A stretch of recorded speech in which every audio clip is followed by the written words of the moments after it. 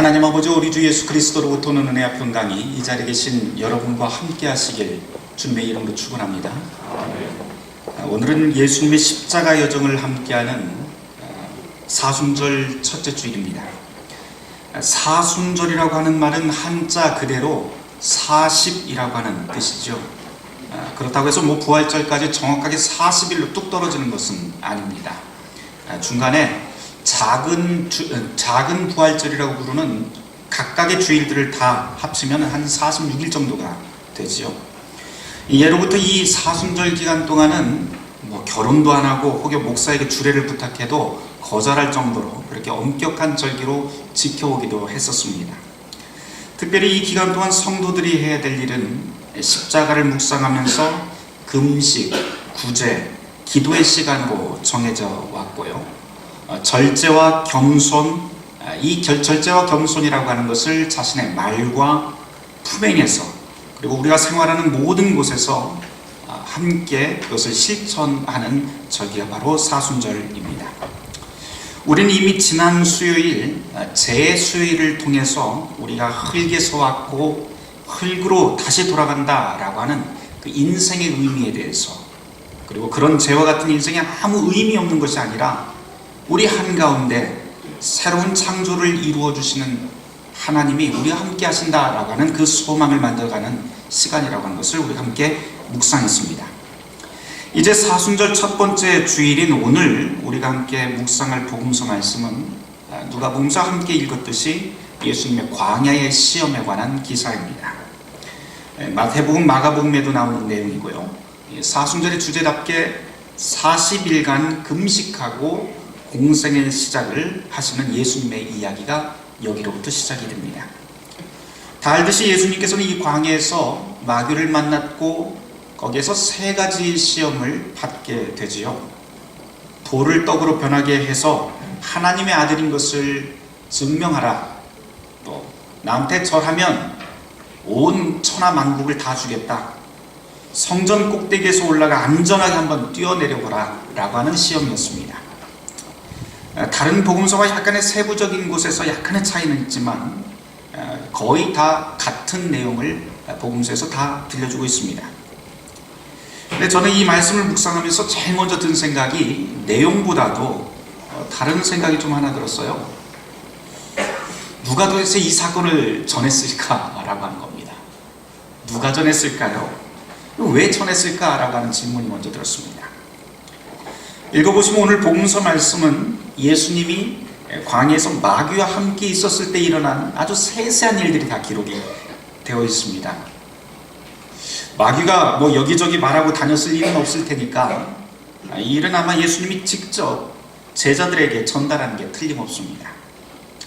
여기 나와 있는 세세한 대화들로 밀어보건대 그렇게 전한 이유는 아마도 예수님께서 이 사건을 당신의 그 인생 가운데서 처했던 가장 힘들고 괴로운 순간으로 이해했기 때문이 아닐까 싶기도 합니다. 창세기에서 첫사람 아담과 하와에게 나타난 뱀이 사람의 약점을 찾아내서 공격했던 것처럼 이 광야에서도 그 유혹자가 나타나 바로 예수님의 치명적인 급소를 공격했던 것이지요. 예수님은 성령의 인도함을 받고 광야에 들어섰습니다. 하지만 40일 금식 때문에 이미 기진맥진한 상태였죠. 반면에 마귀는 아주 의기양양하게 주도권을 틀어쥐고 서 있는 양상입니다. 이 사건을 우리가 다 알기 때문에 우리는 그저 아주 쉽게 생각을 해요. 예수님이 그냥 마귀의 욕을 아주 간단하게 그냥 물리친 것으로 생각합니다. 그러나 곰곰이 들어가 보면 이게 그리 쉬운 문제는 아니었던 게 분명합니다.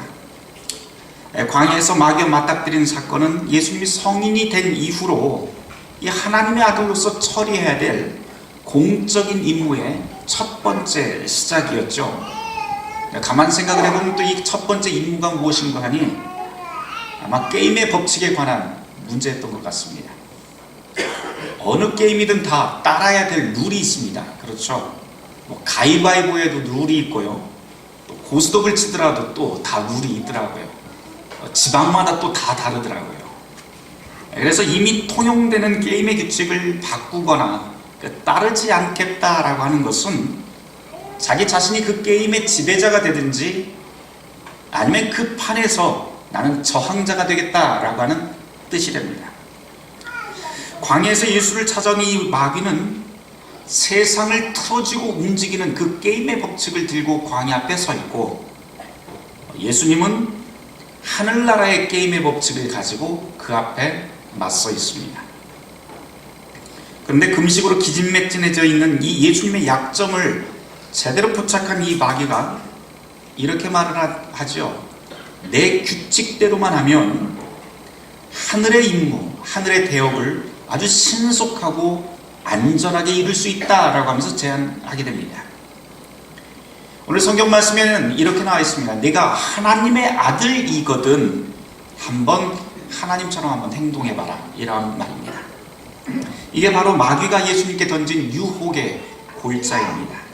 그런 다음 신비한 기적을 통해서, 그리고 하나님의 가진, 원래 그 하나님의 아들이 가진 그 권력을 사용을 해서 그렇게 한번 해봐라, 그럼 내가 너를 하나님의 아들로 인정하고 세상 온 천하가 내 앞에 무릎 꿇게 만들어주겠다라고 말합니다.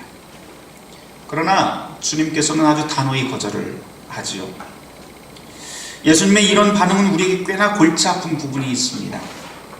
돌을 떡으로 바꿔보라고 하는 이 호기심, 자존심 한 번만 꺾으면 세상의 모든 왕국을 주겠다는 제안, 높은 곳에서 안전하게 뛰어내려보라고 하는 이 요구에 과연 이게 정말 악한 요소가 과연 있는가 하는 겁니다.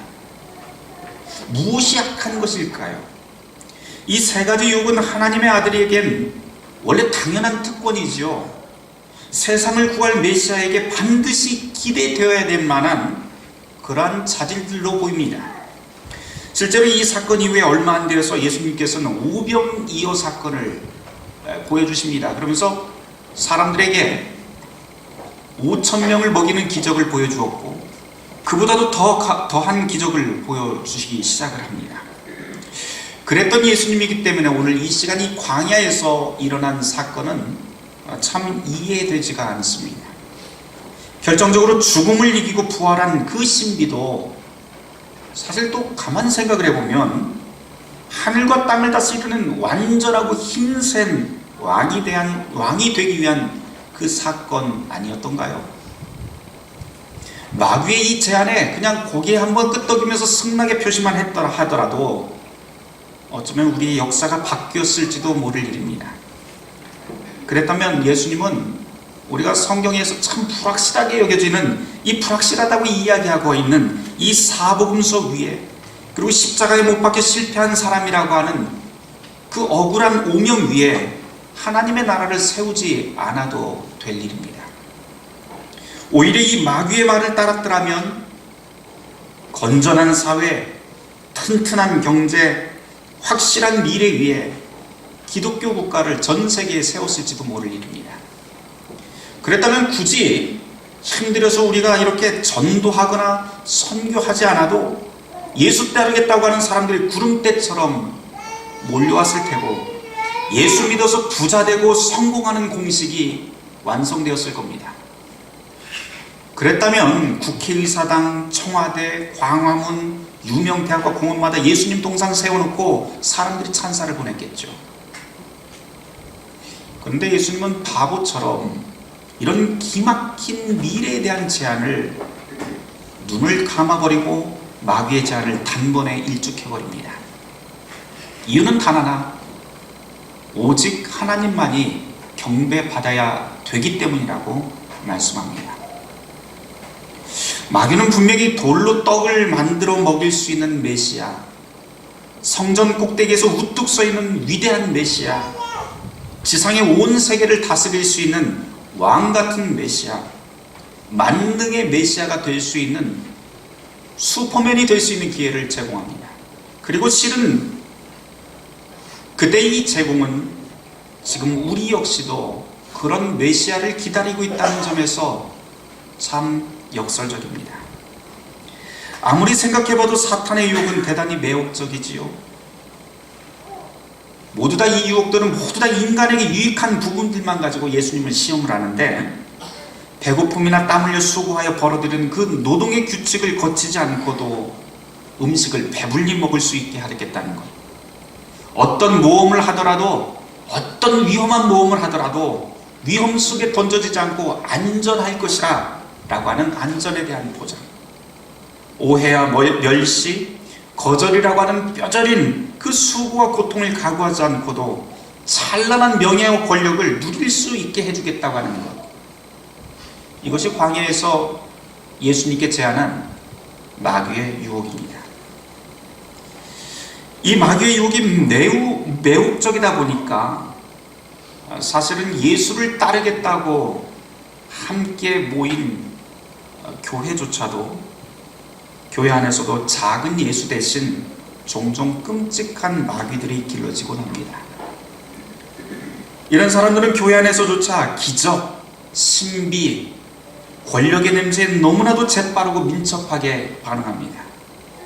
그리고 그런 사람들이 자리 잡은 교회는 무당의 신비, 정치가들의 수완, 경제 전문가, 광고 기획자들의 성공 툴 같은 것들을 완벽하게 비벼낸 다음에 교회를 기업 논리로 운영하고 교인들이 원하는 욕망을 확실하게 충족시켜줍니다. 신비를 원하는 사람이 있으면 신비를 주고, 권력을 탐하는 자가 있으면 권력을 얻을 수 있도록 교회 전체가 나서서 응원하고 기도해 줍니다. 그리고 나서 그렇게 욕망하는 사람들로 교회당이 넘쳐나면 그걸 성공한 목회, 성공한 교회라고 부릅니다. 그러나 오늘 이 시간 우리가 깊게 묵상해야 될 것은, 이런 교회들을 보고 예수님이라면 과연 어떻게 했을까? 라고 하는 질문입니다. 그리고 그 해답이 바로 오늘 말씀 속에 우리가 변명할 수 없을 만큼 분명하게 담겨 있죠. 예수님은 거절하십니다. 그렇다면 광야에서 예수님이 마귀의 요구를 거부한 이유는 무엇일까요? 마귀의 요구들을 아주 간단하게 정리한다면 십자가 없이도 왕관을 내어줄 수 있다라고 하는 제안입니다. 예수님은 이 제안을 단호히 거절합니다. 마귀의 유혹은 한 개인의 욕망과 탐욕 같은 것들과 연결되어 있죠. 그러나 더 깊게 보면 이 마귀의 유혹이라고 하는 것은 예수님이 구원을 이루시는 그 방식과 또한 연결이 되어 있습니다. 사실 마귀는 예수님을 앞에 두고 속도, 능률, 이 속도와 능률 위주로 목표를 달성할 수 있는 방법을 제안하는 것 같습니다. 예수님은 그 요구대로 얼마든지 음식을 만들어낸 다음에 군중들을 설복시킬 수도 있었고, 그것으로 세상 왕국을 지배하고 모든 위험으로부터 내내 자신을 지켜낼 수도 있었을 겁니다. 하나 더 생각해낼 수 있는 것은, 예수님이 마귀의 제안을 받아들였다면 당신의 힘으로 이 자리에 있는 우리 모두에게 믿음까지도 강요할 수 있지 않았을까 하는 것입니다. 그렇게 우리에게 믿음을 강요한 다음 모든 사람을, 온 땅을 다 온통 예수님의 나라로 만들었을지도 모를 일입니다. 그러나 예수님은 그런 기적, 그런 권력, 그런 강압을 사용하지 않고 도리어 이런 일들은 사탄의 일이라고 거부해버리십니다. 왜 그렇게 하셨을까요? 그냥 간단하게 믿음을 강요할 수만 있다면, 믿음을 투입할 수만 있었다면 별 문제가 되지 않았을 텐데. 오늘 본문에는 정확한 해답은 나오지 않습니다. 그러나 성경 전체를 관통하고 있는 이 흐름으로 판단하건대 믿음이라고 하는 것은 강요될 수도 없고 억지로 만들어낼 수도 없기 때문인 것 같습니다. 사탄의 권력이라고 하는 것은 외적이고 강제적이지만 하나님이 가지신 그 권위와 권력은 속에서부터 시작하게 만들고 강제하지 않습니다. 어쩌면 이렇게 강요하지 않는 하나님의 권력은 우리의 눈으로 보기엔 너무나도 나약해 보입니다. 항상 믿음이 생길 때까지 하나님은 기다려주시고, 죄를 범하는데도 사랑한다면서 인내하면서 그 자리에서, 그 곁에서 지켜주고 품어주시는 것이 바로 하나님의 모습이죠. 이렇게 하나님이 가지신 그 힘, 그 능력은 어쩌면 힘과 권력을 완전히 포기하는 모습으로 우리의 눈에 보입니다. 하나님이 인간의 모습으로 이 땅에 오신 것, 스스로 힘없는 인간이 되시는 것, 십자가에 달려 무력하게 돌아가시는 그 모습, 그렇게 했던 이유는 단 한 가지였죠. 성경은 그것을 하나님의 참된 사랑이라고 그렇게 가르칩니다. 그런다면 주님께서는 우리에게 사랑을 보여주시고 우리로 하여금 스스로 참으로 선한 것을 선택하게 한 다음 우리의 마음으로부터 믿을 자유를 주시는 것, 그것이 바로 그분이 자신을 포기하면서까지 보여준 하나님의 권력, 바로 십자가의 사랑입니다. 우리는 종종 이런 기도를 합니다. 하나님, 제발 저를 좀 더 강하게 붙들어 주십시오. 이렇게 기도하는 이유는 내가 하나님을 믿겠다 하면서 하나님께 가는 그 자유 대신 우리는 도리어 그 반대로 하나님을 믿지 않고 하나님에게서부터 도망가는 자유와 그 유혹이 우리 안에 너무나도 가득하다는 것을 알기 때문입니다. 그럴 때마다 고통스럽죠. 그래서 그런 불신앙이 나를 제압해 주시길, 불신앙에서 하나님의 능력이 나를 제압해 주길 기도하고 하나님이 지금 내 옆에 계신 것과 나를 사랑하고 있다는 것에 대한 흔들림 없는 증거를 나에게 보여달라고 매번 우리는 기도합니다. 그뿐만이 아니죠. 하나님, 우리 역사에 직접 개입을 해 주십시오. 좀 더 강력하고 직접적으로 개입해 주기를 우리는 기도합니다. 제가 예전에 이런 기도도 했어요. 하나님, 좀 우리가 잘 때 슬그머니 좀 내려와서 남과 북을 가른 저 장벽을 손끝 하나로 톡 쳐서 없애버리고 저 김정일과 트럼프한테 가서 딱밤이라도 한번 팍 튀겨서 좀 전쟁 없는 평화가 이 땅에 빨리 좀 이루어지게 해주십시오 라고 기도했던 적도 있습니다. 하지만 하나님은 매번 우리의 기도가 들리지 않는 것 같습니다. 매번 수수방관합니다. 그럴 때마다 드는 생각은 정말 이렇게 내가 기도할 필요가 있을까라고 하는 의심마저 듭니다. 내 개인사에서도 하나님이 즉각적으로 응답해 주시고 행동해 주시길 기도하는 게 우리 모두의 기도이죠. 내가 아플 때 곧장 낫기를 원하고 내 가족이 위험에 처했을 때 안전과 보호를 원합니다.